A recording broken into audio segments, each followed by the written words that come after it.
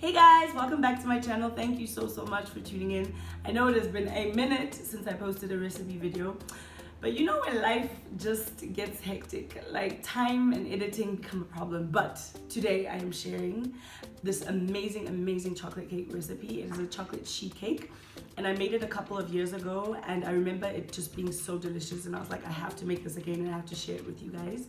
And I actually made it with a 9 to 11 inch pan, I think, but you're supposed to make it with a cookie tray, so it actually comes out super thin, but I don't mind it the way I make it because it comes out more like a brownie-ish cake, and it is so moist and like, if you love chocolate, this is the one. So yeah, please definitely check it out. Let me know if you guys make it with the 9 to 11 inch tray or an actual cookie tray, and let me know how it goes. Please don't forget to subscribe, pop comments down below, give this video a thumbs up, and I'll catch you in my next video.